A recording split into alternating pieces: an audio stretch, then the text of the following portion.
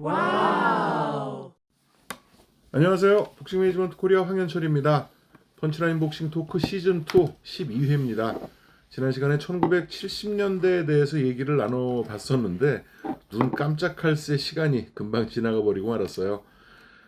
이 자리에 똑같이 저희 펀치라인 복싱 토크의 마태형, 임준배 위원님 나오셨습니다. 네, 안녕하세요. 장원재 박사님 함께 계시고요. 네, 안녕하십니까. 나폴레스 오성민님 함께 계십니다. 네, 안녕하십니까. 자, 지난 시간에 70년대 스타복서들 얘기를 듣는 것만으로도 그 당시에 아마 추억에 많은 분들이 좀 잠기셨을 듯한데 엔딩을 할 때 나폴레스님께서 무하마드 알리 얘기를 잠깐 해주셨거든요. 아마 그 당시에 무하마드 알리의 스텝과 펀치를 내뻗는 동작을 흉내내지 않았던 남학생들은 없었을 것 같습니다. 나폴레스님 알리에 대해서 어떻게 예상을 하시는지요? 알리는 어떤 스포츠 복싱이란 종목의 스타로만 국한하기엔 너무 그 영역이 너무나 큰 분이기 때문에 그렇죠. 이게 영화를 좋아하시는 분들, 무슨 음악을 좋아하시는 분들, 60년대, 70년대를 거쳐오면서 그 시절의 지구촌의 이야기를 할 때는 오히려 그런 분들, 음악하고 이 영화를 다뤘던 좀 깡단 있는 사람들보다도 알리가 말을 그분들보다 잘하면 더 잘했지 못하지 않았고, 아무튼 굉장히 특출난 존재였고요. 그리고 알리 시합은 1차전 조 프레즈하고 71년도 초에 메디슨 스퀘어 같은 게임은 너무 어릴 때라서 기억이 안 나는데, 2차전 할 때 시합하기 전에 흑백 TV에서 이 15라운드를 풀로 다 보여줬어요. 그때 저는 알리 프레이저 1차전을 제대로 보고, 그러고 나서 2차전에서 알리가 비로소 리벤지를 달성하는 거를 74년 초죠. 그러니까 2차전을 중계해 줄 때 1차전을 그렇죠. 풀로 보여줬어요. 예, 그렇습니다. 그게 분명히 기억이 나요. 그래서 그게 12회전 시합이었는데 2차전은 북미 타이틀. 네. 그런데 이 게임을 벌써부터 중계를 이제 달구면서 예상은 알리는 이번에는 이긴다 하는데, 1차전 15라운드를 시합하기 전에 처음부터 끝까지 다 보여줬어요. 그때 그걸 보고 알리라는 사람이 이렇게 졌구나.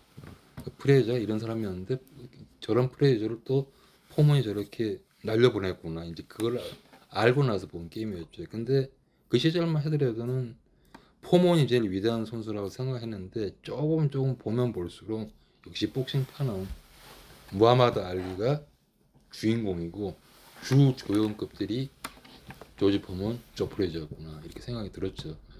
그 당시에 위상 자체가 요즘 메시나 호나우두 또 지금 슈퍼스타들이 여러 종목에 많이 있잖아요. 훨씬 이상이었다고. 누구랑 비교할 수 있었을까요? 저는 감이 없었을까요? 그 당시에는 스포츠를 통틀어서 네. 알리 펠레 네, 펠레가 예, 있었군요. 70년대는 뭐 다른 거 다 필요 없고 알리 펠레 두 명이 물론 농구 쪽이나 미국 쪽에서 미식 축구에 대한 스타도 있었겠지만 범세계적으로는 알리 펠레. 그럼 얘기는 끝났었습니다. 70년대는. 네. 2000년인가 99년에 BBC가 또 타임즈였나 BBC에서 20세기의 가장 위대한 스포츠맨이 누구냐 설문조사를 했는데 펠레와 알리가 거의 동수 지지를 받았거든요. 대중들로부터는. 그런데 전문가들의 원픽은 알리였습니다. 왜 알리가 원픽이냐면은 펠레 같은 경우에는 58년 스웨덴 월드컵 때 18살의 나이로 17. 우승했고 70년까지 전성기가 이어졌지 않습니까? 그러니까 세계 정상에서 십몇 년을 한결같이 머물렀다는 건 경이적이라는 거죠. 그런데 왜 전문가들이 알리를 뽑았냐면 알리는 타의에 의해서 3년 이상을 그렇죠. 경기를 못했잖아요. 그렇죠. 그리고 그 전에 복싱 라이센스를 뺏기기 전까지도 미국 내에서는 경기를 할 수가 없어서 다 원정 방어전을 다닙니다. 그렇죠. 그러니까 그런 상황을 딛고도 다시 정상에 컴백했다는 것은 이건 스포츠 세계에서는 거의 있기 힘든 일이다. 이게 전문가들의 이구동성의 약간 선발 이후였어요. 알리는 캐셔스 클레이죠.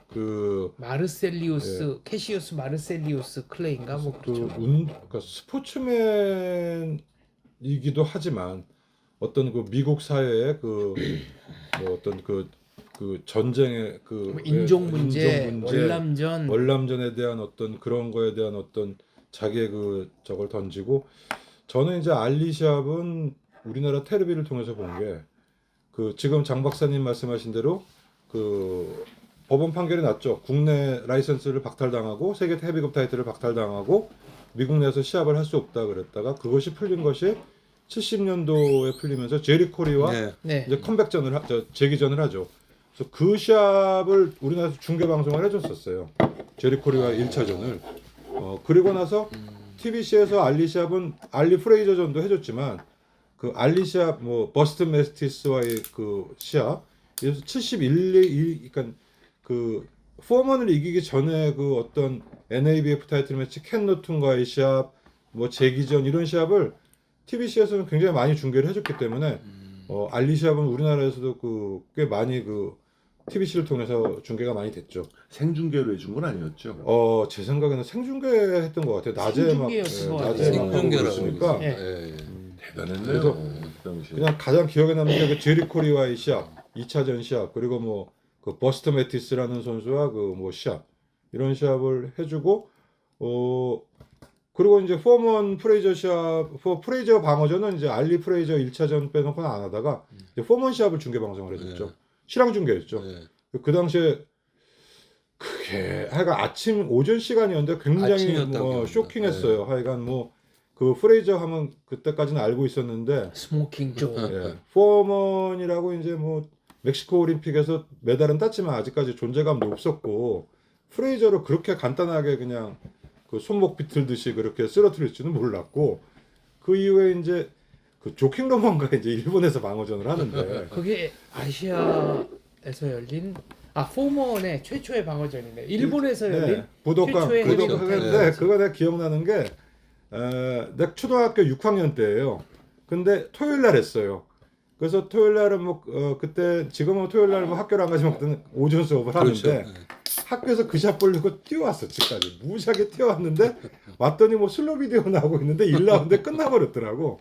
그래서 다시 보여주는데 보니까 뭐 그 조킹 로만이 한쪽 로프 쪽에서 나오질 못했죠. 딴 쪽을 밟아보질 못하고 그냥 거기서 끝나서 저거는 진짜 사람이 아니구나 그랬던 기억이 있고. 그리고 켄 노턴과의 2차 방어전도 아주 간단하게 끝나서 맞습니다.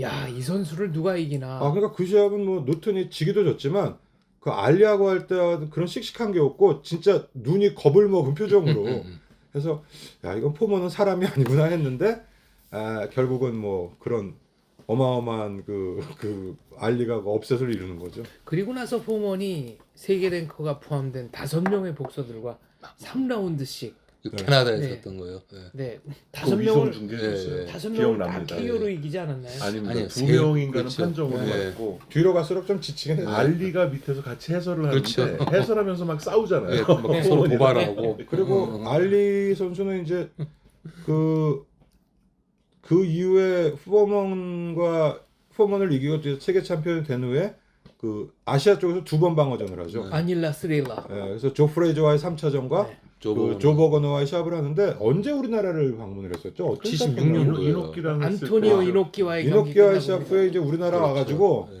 정말 공항에서부터 국빈 네. 대접을 받고 각종 그 쇼프로에 막 출연을 하고 그다음에 장충체육관에서 예. 그 뭐 시범 경기 같이 해서 뭐 초등학교 네. 학생이 올라와서 막 글러브로 때리니까 쓰러지는 신용도 하고 그때도 진짜 장충체육관이 막 인산인해를 굉장히 많이 봤었죠. 그때 김기수 선수가 예, 올라가서 뭐 우통 벗고 네, 서로 바로 우통 벗고 서로 복싱하는 그 신용을 하다가 김기수 선수 펀치를 맞고 알리가 굉장히 고통스러워하는 듯한 연기를 했습니다. 그래서 굉장히 볼거리를 제공했고 사실 그날의 메인 이벤트는 염동균 선수가 한일전 논타이틀전이었는데 아무도 그 시합은 관심을 안 갖고 근데 이제 그때 좀 문제가 됐던 게 그 우리나라 뭐 연예인들 네. 뭐 유명 가수들 배우들이 어떻게 이제 알리한테 이렇게 좀 뭐 안긴다 그래야 되나 이렇게 알리하고 사진을 찍으려고 막 너도 나도 막 네. 앞다투어서 해가지고 또 이 동방예의지국 우리나라에서 이 큰일이로다 이 뭐 그 흑인 세계 챔피언이 왔다고 우리나라 연예인들이 저렇게까지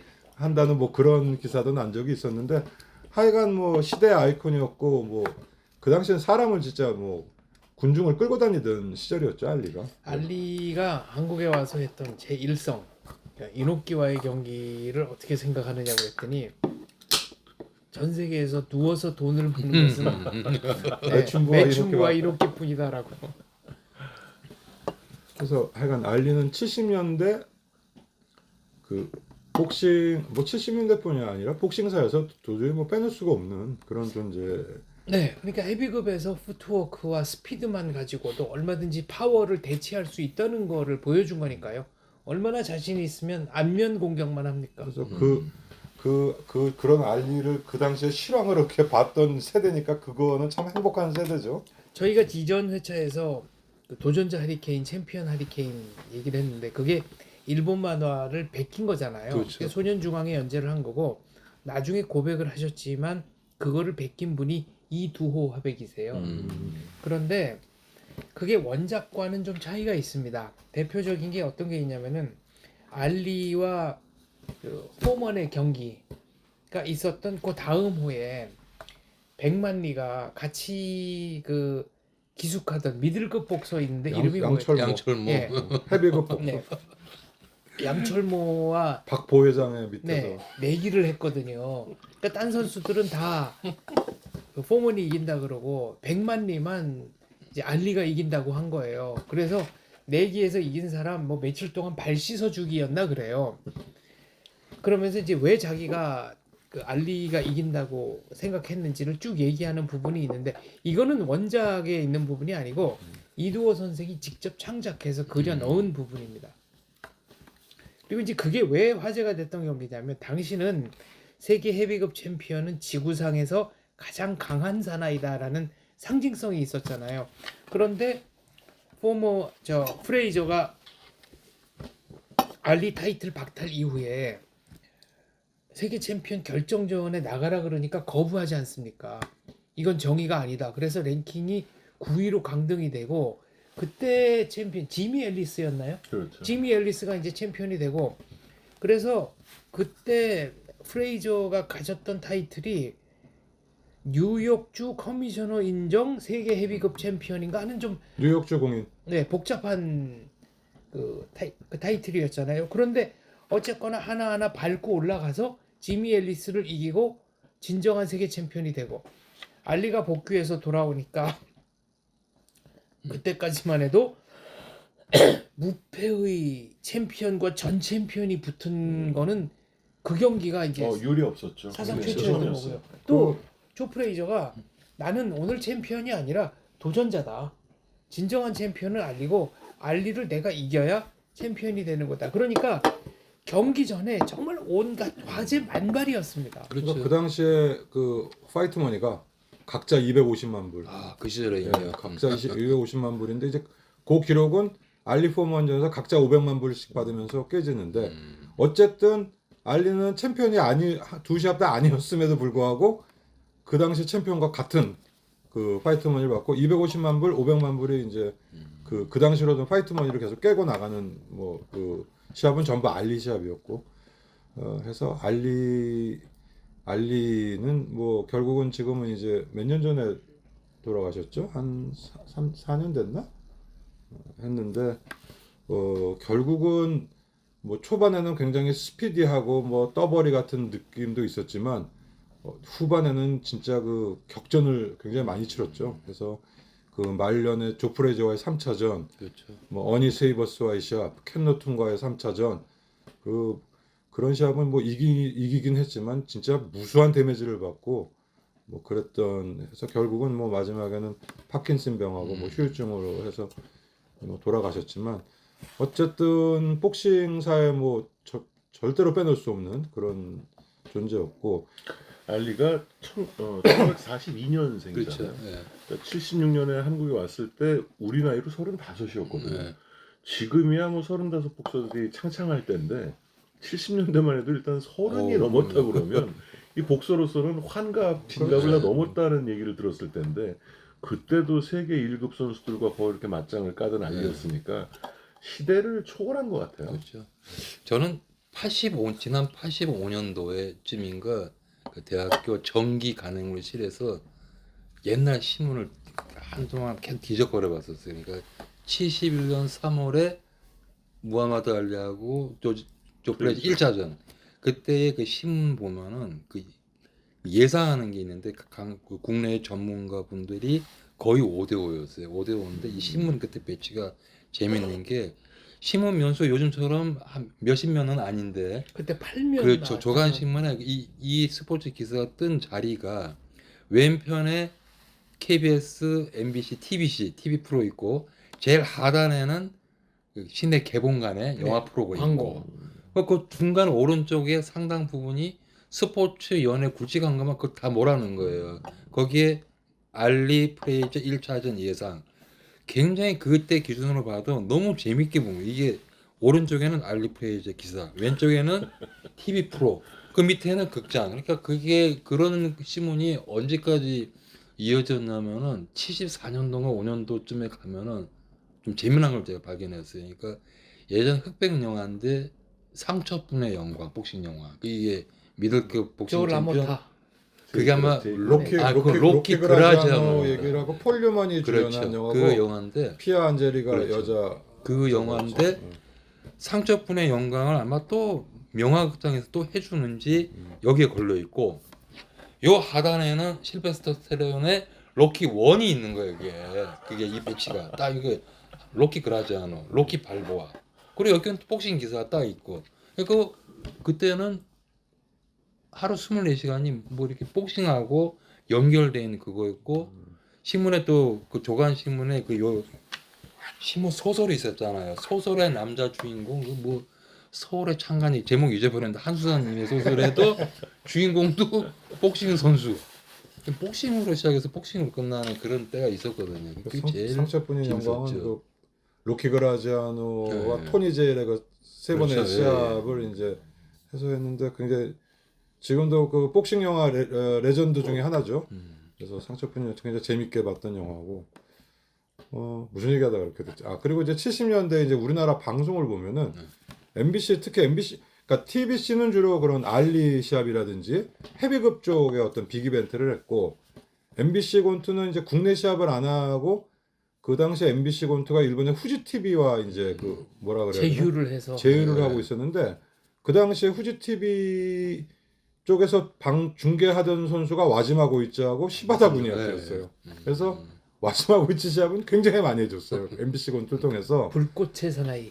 그 뭐 그러니까 70년대 일본의 뭐 세계 챔피언이 여러 명 있었지만 와지마 고이치하고 시바다 군이학교는 좀 특이했던 게 두 명 다 막 두 번 세 번씩 그 왕자를 재탈환하고 아주 1급은 아니지만 굉장히 막 그 뭐라 그래야 되나 씩씩하게 경기를 하는 그래서 시바다 군이학교하고 와지마 고이치 시합은 그 MBC를 통해서 많이 봤었어요.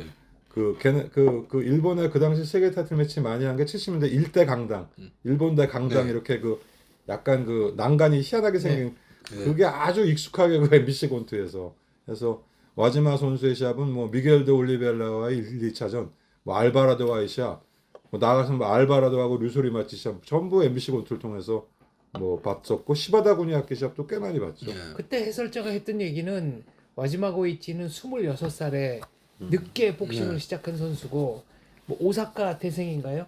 그 도쿄에 처음 올라왔을 때 돈이 없어서 맥도날드 햄버거 집에 가서 그때 한국에 맥도날드 없었습니다. 맥도날드 집에 가서 먹으려다가 돈이 없어서 꾹 참고 이렇게 맛있는 걸 매일 먹기 위해서라도 권투를 열심히 해야지라고 했다는 뭐 이런 얘기도 하고 그리고 굉장히 쇼맨십이 강하죠. 네, 맞아요. 그리고 그 개구리 펀치라는 거 사실 반칙 아닙니까? 반칙은 아닌가요? 변칙인데 뭐 주의를 주라면 줄 수도 있는 거죠. 그렇게 밑으로까지 내려갔다가 근데 그게 참 웃기는 게 그 보시와의 시합을 보면 잘 맞아 돌아가.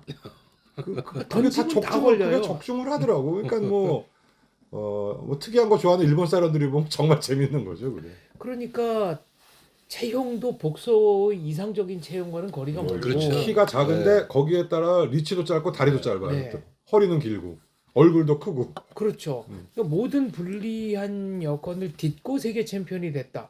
그리고 결과적으로는 이제 3번 세계 챔피언이 됐으니까요. 거기다가 뭐랄까 그 멘트도 좀 인상적인 멘트들이 많았고 일본 최초로 6차 방어전을 하지 않았습니까? 그렇죠. 최초는 최소 이제 고바야시 고바야시 히로시였고 그 타이를 이루죠. 아 그랬군요. 네. 그런데 주니어 미들급이니까 일본에서는 이제 중량급이라도 대우를 해줬던 거고 그때만 해도 세계 챔피언의 보유국이냐 아니냐 이게 마치 국력의 바로미터인 양 인식되던 시절이고 롱런을 그 오차마거전 이상 롱런을 한 경우는 정말 세계 인류다라는 대접을 받던 시절이니까 와즈마에 대해서 일본인이 가지고 있었던 자부심 이런 것들은 아주 특이한 데가 있었습니다. 그 고 와즈마하고 시바다 군이학교는 이제 우리나라 허버트 강한테 네. 뭐 일찍이 KO를 당했지만 시합이 굉장히 그 익사이팅하죠. 네. 시바다 군이학교는 그 무슨 까까머리 중같이 해가지고 나와서 특히 질 때나 질 때는 확실하게 거의 뭐 확실하게 날 확실하게 기절을 해주고 그래서 그 상당히 시합을 재밌게 했기 네. 때문에 그리고 외모가 굉장히 일본적이지 않습니까? 그렇죠. 어떤 복싱 팬이 하셨던 말씀 중에는 저 선수는 국기 대신 나온 선수 같다고 했던 그런 멘트를 제가 머리도 기억하고 약간 이렇게 있습니다. 깎아준 네. 같이 잘라가지고 아, 기가 사무라이처럼 막힌 멘트예요. 예, 사무라이처럼 깎았고 그 하여간 그 당시에 뭐 일본은 70년대 누마다든지 뭐 사이조 쇼조 고바야시 여러 세계 챔피언이 있었지만 가스이시마스도 있었지만 그 와즈마 고이치하고 시바다 군이학교가 그냥 인기 선수였고 네. 또 어떻게 하다 보니까 그 후지 TV 쪽에서 이제 그 선수들이 시합을 하다 보니까 우리나라 그 안방에도 MBC 권투를 통해서 그 자주 소개가 됐었던. 그리고 그때 이제 외국 경기를 다 해주지는 않으니까 간혹 해설하시던 분들이 아 지난주에는 어떤 경기가 있었죠. 그리고 아나운서와 해설자는 아는 정보를 갖고 서로 얘기를 주고받는데 그게 그렇게 궁금한 거예요. 근데 그때는 인터넷이 있는 것도 아니고 그렇죠. 뭐 한국 신문이 8면 이렇게 나올 때니까 나중에 이제 80년대에 16면으로 증면하나 뭐 그랬지만 지면이 작다 보니까 모든 걸 다 담을 수가 없잖아요. 그러니까 외국 소식도 그렇게 자세하게 알 수가 없고 펀치라인은 한 달에 한 번 나오니까 좀 궁금증을 빨리빨리 해소하기는 그렇고 그래서 그때 멘트 중에 너무너무 궁금했는데 아직까지 못 찾아보고 있는 게 아 누마다 선수가 1라운드 KO 승을 거뒀죠. 우리도 언제 세계 타이틀 매치에서 1라운드 KO 승을 거두는 선수가 나올까요? 근데 없어요. 노마다 아니에요? 요시아키가 1라운드 KO 승을 1라운드 KO 했던 거는 시바다 군이학교가 시바다 군이학기인가요? 1라운드 시바다 경기였나? 라울 크루즈 그렇죠. 우리 1라운드 KO로 이겼죠. 라울 크루즈를 1라운드 KO 방어전 때 이겼었죠. 아 그래서 뭐 일장기를 들고 환호하는 모습이 인상적이었다 뭐 이런 얘기를 해서 사이조 쇼조가 제일 빠른 걸로 끝난 건 2회 KO가 한 번 있었고 방어전이 호세 피멘테.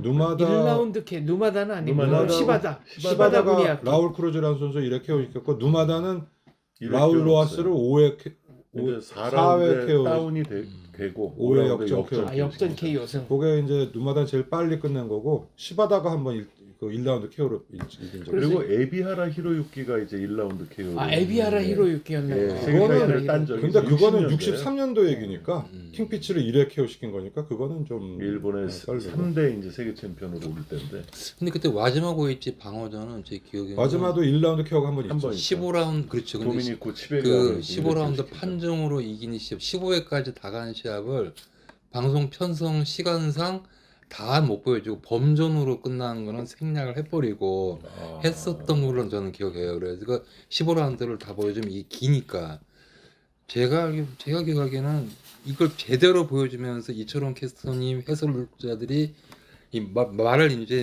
길게 해가면서 했던 거는 뭐니 해도 이 피피노코였어. 이게 대부분 2라운드에 끝나기 때문에 했던 걸 또 보여줘도 시간이 남아가지고 피보라처럼 뭐 물보라처럼 뭐가 가릅니다 이런 표현이 그 흑백 TV로 보면 굉장했어요. 시합 때 일찌감치 요절 내고 다시 또 보여줘도 돼요. 2라운드 끝났으니까 거의 웬만한 거 2라운드 끝났으니까 또 보여주고 그래서 이제 마지막 70년, 시합은 다 70년대 뭐 우리나라 홍수환 선수가 아놀드 테일러와의 뭐 세계 도전 그 전에 이창길 선수도 있었지만 그 이후에 뭐 김태호 선수라든지 염동균 선수의 그 페르토르코 시합은 다 실황 중계를 했고 네. 그렇죠.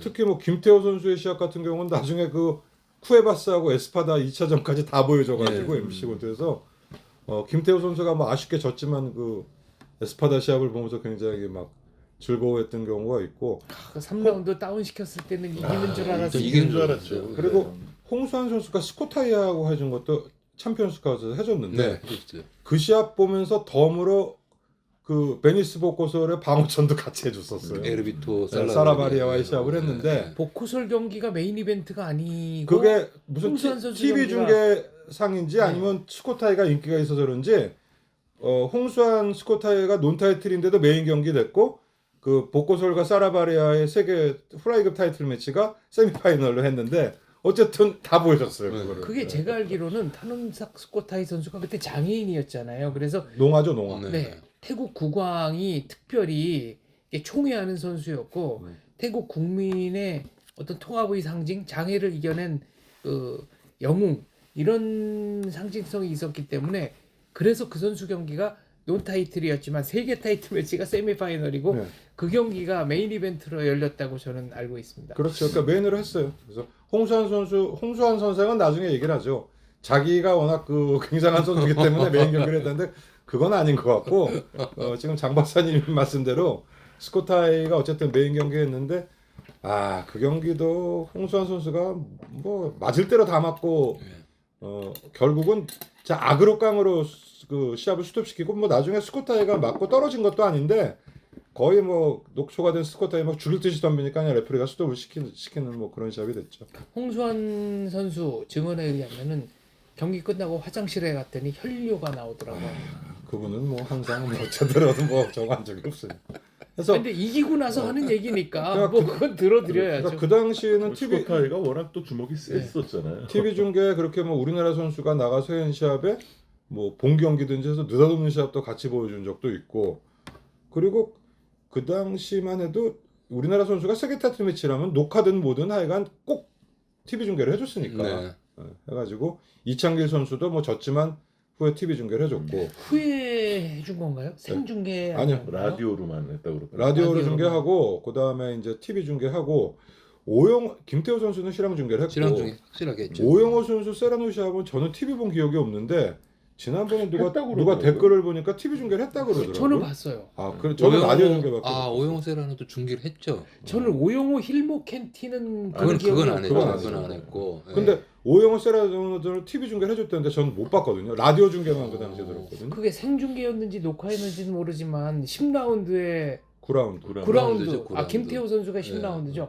9라운드에 이렇게 모로 쓰러지는 모습을 영상으로 본 기억이 있습니다. 저는 못 봤어요. 그리고 이것도 하나 기억으로 좀 확인을 해야 되는데 그때 AFK에는 칼라 방송을 했거든요. 맞아요. 칼라 송출했죠. 예, 그래서 제가 분명히 AFKN에서 해주던 권투 경기를 컬러로 보고 야 이런 신세계가 있나 왜 라고 그랬냐면 놀랐던 게 있습니다. 국내에서 생산된 TV는 컬러 송출이 해도 네. 이게 흑백 화면밖에 안 나오는데 그 당시에 뭐 일제 TV, 뭐 미제 그런 거, TV, 미제 네. TV, 뭐 파나소닉 이런 네. 거. 송출 자체가 컬러로 되니 컬러가 나왔어요. 그래서 채널 2번. 그 당시에 AFKN에서 해주던 게 그것만큼은 70년대 말이라도 칼라 그렇죠. 났다는 그 얘기죠. 토요일 날 그 로스앤젤레스의 올림픽 오토트리움의 정규 가장 많이 해줬죠. 프로예요. 거기서는. 네. 그래서 나중에 생각을 하니까 그 당시에 데니 로페즈, 보비 차콘, 뭐 피멘델, 오리바레스 시합을 거기서 한 번씩 다 봤던 거야. 그러니까 뭐 세계 타이틀 매치는 아니더라도 뭐 하이메가르사, 그러니까 올림픽 오토토리움의 그 가장 인기 복서가 보비 차콘, 네. 그다음에 이제 뭐 데니 로페즈, 그다음에 오리바레스 뭐 이런 선수들인데 세계 타이틀까지는 아니라도 그 논 타이틀을 거기서 뭐 수도 없이 해준 거예요. 해치먼 루이스 뭐 이런 저거를 해서 토요일 날 오후 그 굉장히 소울트레인과 더불어 그렇죠. 그때 해줬었지. 그래서 학교 끝나고 와서 2번 틀면 복싱했어요. 예. 그 당시에. 그러니까 그 토요일 날 오후 네. 사모라 산도발 8라운드 캐리 그거 해줬어요. 거기서 봤어요. 저도 봤습니다. 예, 예. 그거.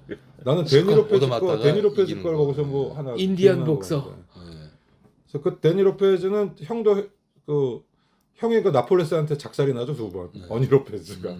그래서 어쨌든 뭐 70년대는 그 지금처럼 뭐 세계적으로 우리나라 그 뭐 정보라든지 그런 게 발전은 안 됐지만 다들 그 복싱에 관심이 많았기 때문에 뭐 우리나라 복싱은 뭐 그런 식으로 보고 그리고 해외 복싱은 그 느닷없이 그렇게 걸려서 보고 그 다음에 이제 사실 펀치라인 쪽과 뭐 이런 일간 스포츠에도 웬만한 그 외국의 중량급 시합은 기사가 나왔으니까 네.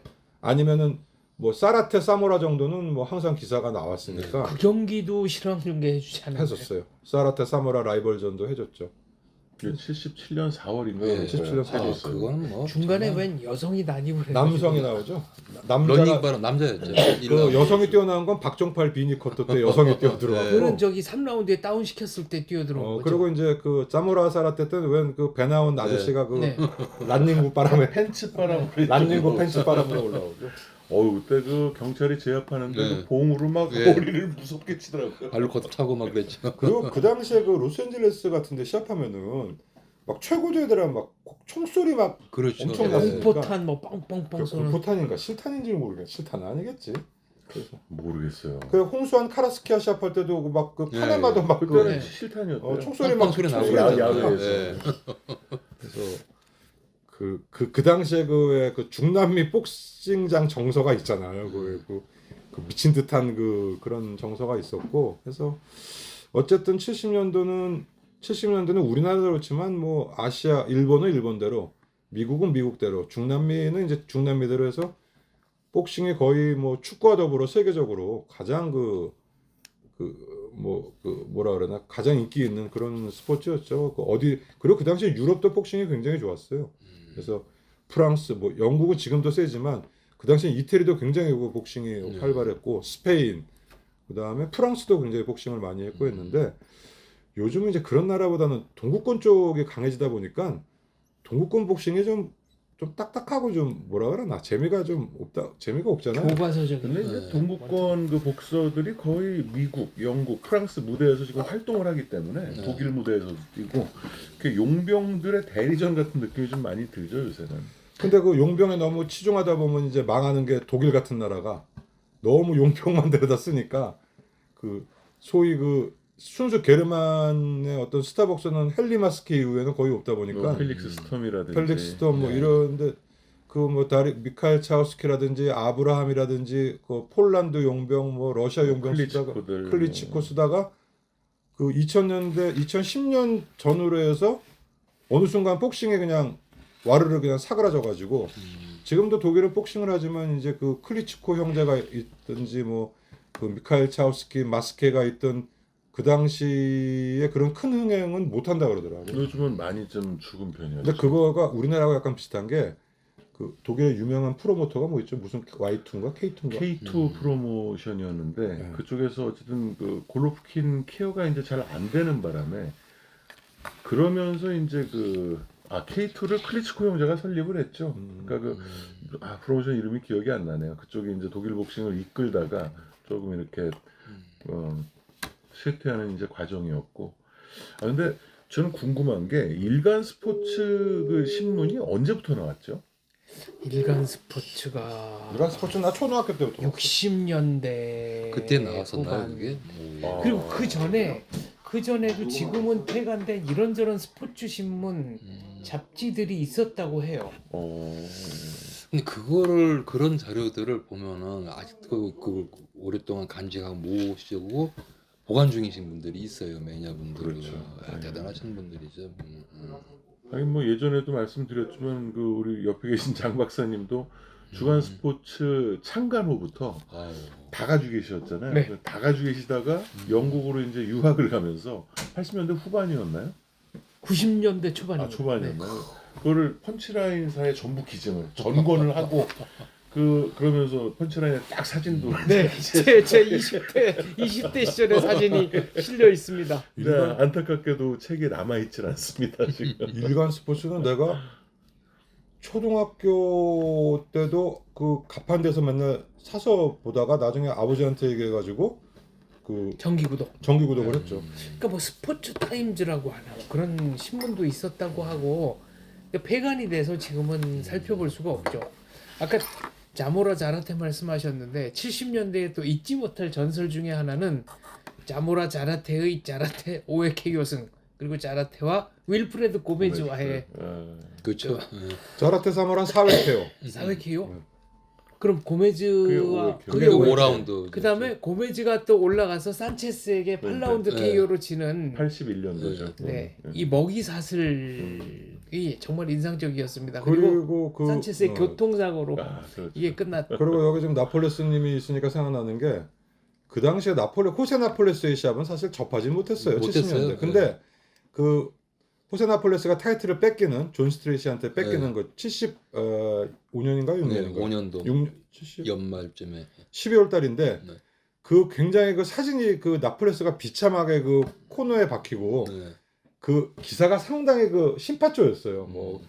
뭐 그 쿠바에서 단독으로 그 모든 가족을 버리고 망명하여 망명을 해서 뭐 와서 했는- 오직 복싱 두 주먹의 운명을 그래서 건 실제 나이는 네. 40이 넘었을지도 모르지만 뭐 큰 별이 떨어지는 순간이었다는 뭐 그런 게 굉장히 심파적으로 그 기사 나와서 나폴레스의 실제 경기를 뭐 그 움직이는 동영상으로는 많이 못 봤지만 그 나폴레스도 그 사진으로 보면 굉장히 강렬하거든요 인상이. 네. 그 코스염이 멋있죠. 네, 그래서 그 항상 그 N자 써 있는 그 트렁크 하얀색 트렁크하고 그래서 굉장히 그 강렬한 인상이었는데 그 스트레이스한테 질 때, 그러니까 그 당시에 그 동영상을 못 봤지만 70년대 그 굉장히 각인됐던 게 나폴레스, 카르로스 몬전, 몬전 경기도 제가 한 번도 그 다음에 이제 루벤. 상대해 본 적 없어요. 올리바레스. 루벤 올리바레스. 근데 쿠에바스 시합은 나중에 MBC 콘텐츠 많이 많이 해줬거든요. 해줬죠. 근데 올리바레스나 70년대 중후반까지의 어떤 그 스타들 몬전, 네.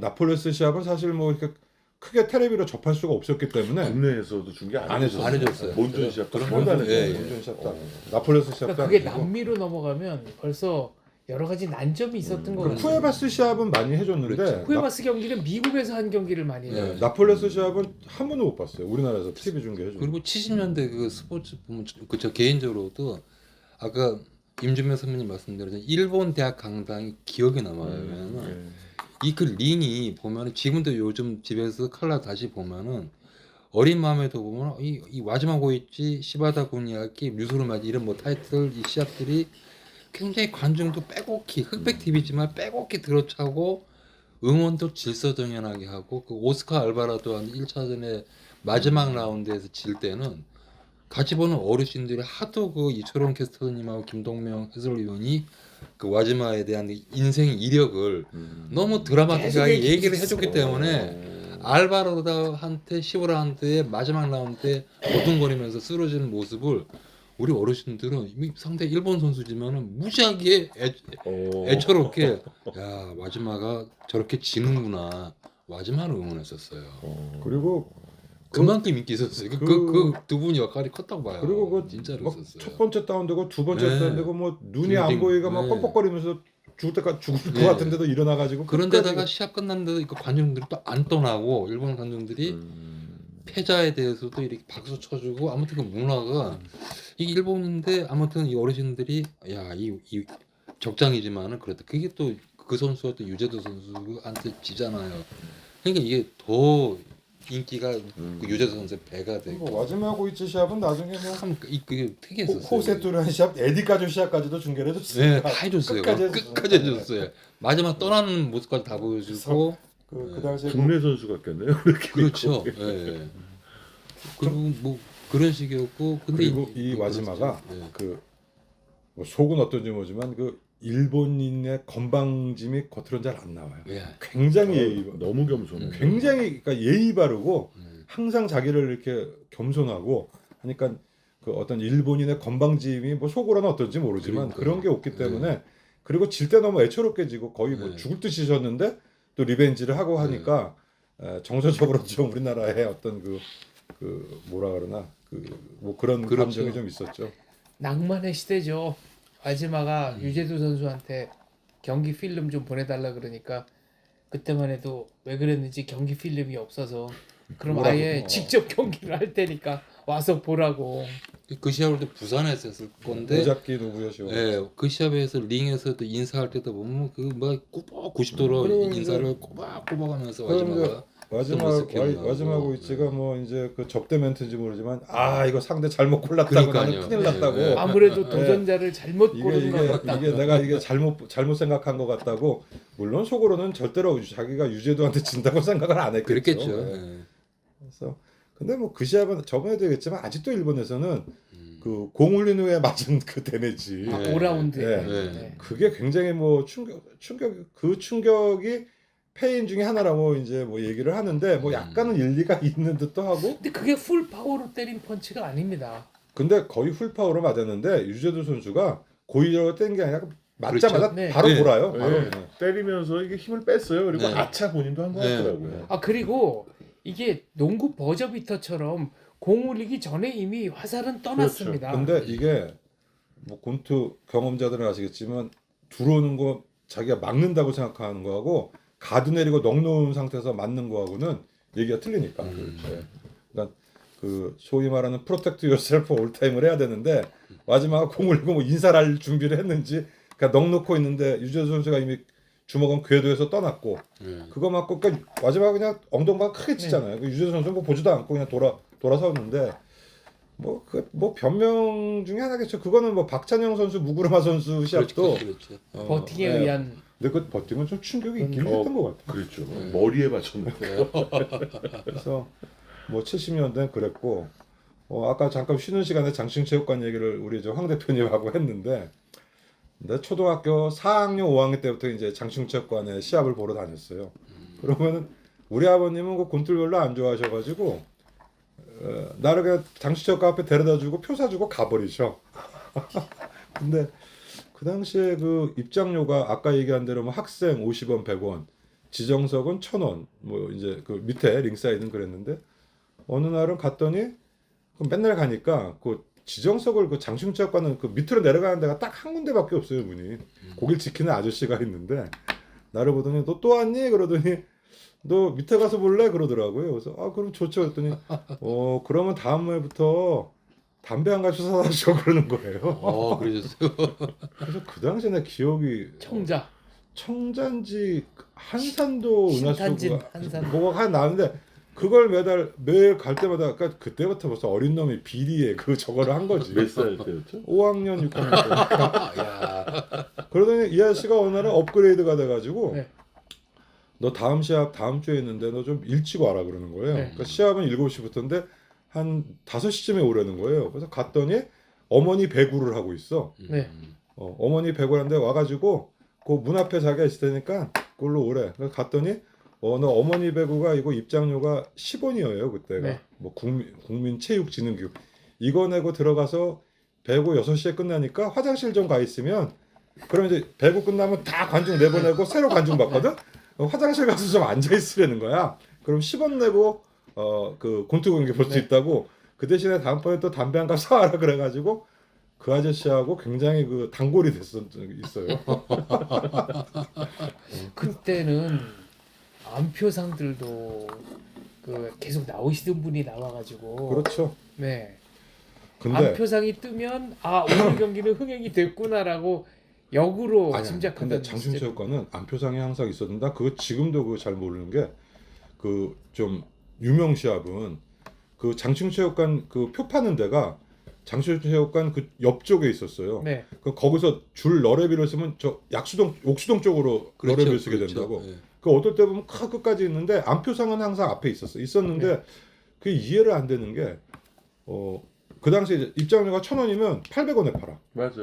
네, 문화체육관도 그랬어요. 그래서 이거를 내가 그 당시에도 잘은 모르겠지만 화이트머니 대신 선수한테 나오는 선수한테 표를 준 거를 선수가 그냥 뭐 반값에 그 소위 팔면- 말하는 낙가마로 넘기면 거기에 조금 붙여서 해서 뭐 그렇게 했나 보다 하는 거 그랬다고 하고. 봐야 되겠네요. 네, 맞아요. 네. 그랬고 그래야지 그 가격이 그 당시 정말 웃기는 게 그 이렇게 들어가는 입구에 지키고 있으면 선수든지 관계자가 나요 그러면 이제 들어가셔 그러는데 뒤로 한 8명이 따라 들어가. 뭐야 그러면 저 앞이요 하고 8명이 따라 들어가니까 그걸 보면은 관중이 한 1,000명 왔으면 한 300명, 400명은 공짜 손님이었던 것 같아요. 그게 그 시절에도 그렇게 네. 했다고 보면은 그리고 너무 시합을 자주 하고 너무 곤투인들이 너무 하니까 예. 그걸 뭐 야박하게 못했던 것 같아요. 그리고 뭐 진짜 사돈에 8천까지 데리고 가가지고 한 명이 뭐 표 한 장 내고 들어가면 뒤 같이 들어가고 해서 뭐 8-9명이 막 줄줄이 무슨 줄줄이 사탕처럼 엮어 들어가고. 근데 그때는 TV 중계가 잡히면 그 자체로 남는 장사가 되니까 관중 수입 그러니까 표값 복스오피스 수입이라는 거는 그렇게 큰 의미가 없었을 수도 있습니다. 그것이 그 한국 복싱이 이렇게 침체하게 된 그러니까 시발점이 됐어요. 그렇죠.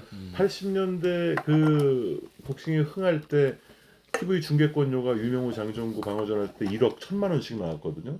그러니까 로컬 프로모터한테 이 시합을 팔아버리면 이 프로모터는 중계권료 받아요.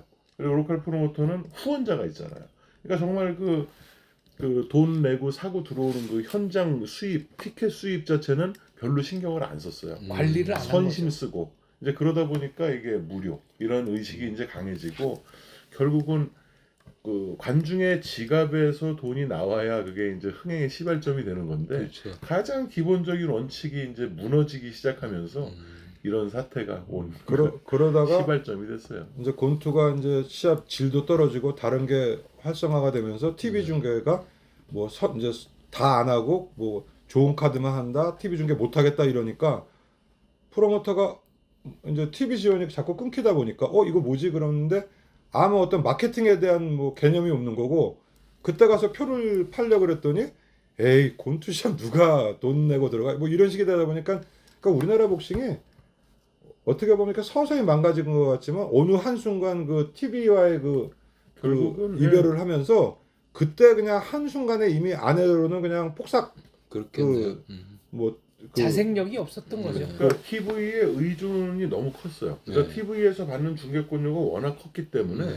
그거면 모든 게 다 해결이 됐거든요. 티켓 안 팔아도 그러다 되거든. 90년대 초반 되니까 이게 깎여. 나오는 게 1억이다 5천밖에 안 나와. 경기도 낮에 하래.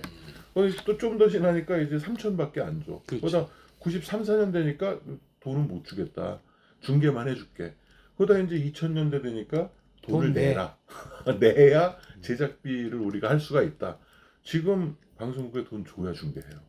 그러니까 다음 주에 이제 일본에서 저희 들어와서 또 시합을 개최를 하는데 일본은 아직도 돈을 받아요. 그럼요. 니온 TV보다도 이제 더 많이 줍니다. 요넥스트라는 이제 방송국에서 하는데 거기서는 그게 당연한 문화가 돼 있는데 우리는 지금도 돈을 주고 중계를 해야 되기 때문에 일본에서 놀래요. 이런 법이 어딨냐? 콘텐츠를 니네가 주는데 왜 돈을 주니? 그러니까 서로의 문화가 너무나 달라졌기 때문에 그러니까 이게 가슴 아픈 일이죠. 이게 우리나라가 이제 어떻게 보면은 곤투가 침체되면서 프로모터끼리 그 대회 스폰을 잡는데 스폰의 어떤 요구 조건이 TV 중계를 해자. 이러니까 TV 그 방송국 PD한테 가서 어떻게 보면 프로모터끼리 경쟁이 붙는 거예요. 우리 시합 좀 중계해줘 그러니까 저쪽도 해달라 그러는데 그러면 너네가 광고비를 좀 내 제작비를 뭐 이렇게 되다 보니까 지금 아주 그 이상한 현상이 되고 외국 애들한테 TV 중계하는데 돈 줘야 된다 그러면 이해를 못해요. 근데 이제 그거는 비화가 좀 있어요. 사실 그 방송국 관계자들도 사람인데 이렇게 하다 보면 정에 이끌려서 또 가는 부분이 분명히 있는데 지금 임준배 의원님 말씀하신 대로 한 곳에서 중계를 이제 해주는데 아무래도 우리 거 해달라고 사례를 하잖아요. 그럼 PD든 뭐 국장이든 누구한테 이제 예를 들어 뇌물을 줍니다. 뭐 몇백이면 몇백 이렇게 주는데 이걸 주고 나서 터트린 거예요. PD를 협박하고. 아, 이런 일이 생기다 보니까 방송국에서 이제 금방 방송계엔 소문이 나잖아요. 이 복싱인 놈들이 야 이거 복싱계는 안 되겠구나. 상대하면 안 되겠구나. 그러면서 이제 장벽을 치기 시작했어요. 그러니까 스스로가 이제 그런 그 굴레를 이제 파고 들어간 건데. 그리고 이제 뭐 PD들도 옛날 분들은 그 복싱에 대한 그 위상을 알잖아요. 그렇죠. 근데 이제 젊은 PD들은 그렇죠. 복싱의 어떤 그 복싱의 아이템에 대한 어떤 매력이 없거든. 그러니까 뭐 굳이 그렇죠. 뭐 저거 할 생각도 없고. 저는 78년 5월 그 홍수왕 카르도나 직관했었는데 저는 그때 중학교 2학년 때 6개월 전에 카라스키아 4전 5기를 했던 두 번씩 대한민국 최초의 2체급 석권 챔피언인데 그렇게 비참하게 무너지다니. 진 것을 떠나서 장충체육관이라는 데를 몇 년 만에 또 가봤지만은 관중이 생각보다 적었어요. 없어요. 나도 그거 5,000 가서 명. 봤어. 5천도 안 됐어. 5,000명도 안 된다고. 그리고- 그러니까 3층 텅 비어 있고. 근데 그 경기는 홍수환 선수가 사전에 스캔들이나 이런 게 터져가지고 맞아요. 그리고 뭐 뭔가 좀 부정적 요소가 폭력, 있었어요. 엄청 욕 먹는 상황이 폭력 네. 뭐 폭행 사건 뭐 이런 거 해서 난 그날 그 가서 봤는데 기억나는 거는 그냥 링이 빨갰어. 하여간 그홍 선수 그날 오신 분들도 공짜로 직관하러 오신 분이 많았을 거 아니에요, 그죠? 그 시절에도 이미. 그렇죠. 예. 그래서 그 어제 오늘의 문제가 아니었는데. 그 염동균 뭐 제가 이제 그 70년대 봤던 뭐 직관했던 세계 타이틀 매치가 뭐 염동균 로얄 고바야시, 염동균 세르반테스, 뭐 홍수환 뭐 카바네라 뭐 홍수환. 근데 그 홍수환 카르도나 시합은 이미 시합 때부터 뭔가 김이 세고 뭔가 그냥 막 짜증 나고 처음부터 그냥 짜증 나 시합 자체도 짜증이 났고 그 카르도나가 굉장히 짜증 나요 시합이. 그러니까 저는 그 정수년과의 1차전 묘사를 못 하겠어요. 카르도나는 어떤 경기를 했는지 그러니까 기억이 카르도나는 안 나요. 굉장히 그 특징이 이 큰 키에 리치가 길죠. 근데 그 레프트가 탁그 아주 레귤 그러니까 정기적으로 탁탁 나오는데 라이트도 안 써요. 계속 그 레프트만 계속 꽂아. 근데 그게 맞아 돌아가. 그 더 이상 무리도 안 해. 그래서 안 때리고 안 맞는 복싱. 홍수환 카르도나전도 마지막에 조금 이제 카르도나가 공격을 하려고 했지 경기 중반 후반까지는 거의 레프트 하나 갖고 그냥 툭툭 이렇게 그 일정한 그 타이밍으로 탁탁 돌리는데 그렇게 맞는 게 더 짜증 날 것 같더라고. 막 후드로 맞는 거보다. 자, 카르도나한테 탁탁 맞는 소리 들으면서 시간이 다 근데 갔기 참 때문에 이번 컨텐츠는 주소가 없네. 예, 2부는 여기서 마치도록 하겠습니다. 뭐 70년대 얘기하니까 지금 뭐 이런 얘기들을 하나 하시는 분들도 있을 거고 과거 향수에 참 젖어서 아 이때 이랬지라고 생각하시는 분들도 계시리라고 생각을 해요. 2부 엔딩은 멘트의 달인 우리 장원지 박사님께 부탁드립니다. 감동받을 준비를 해야 되겠다. 저희가 사소한 얘기 뭐 이런 것까지 얘기하나 뭐 이런 에피소드들도 쭉 얘기를 했는데요. 기억을 모아놓으면 기록이 됩니다. 기록이 모이면 영원히 기억할 수 있습니다. 역사는 기억하는 것이고 복싱을 만들어갔던 수많은 사람들을 잊지 않기 위해서 오늘 방송을 녹음했습니다. 감사합니다. 감사합니다. 네, 감사합니다.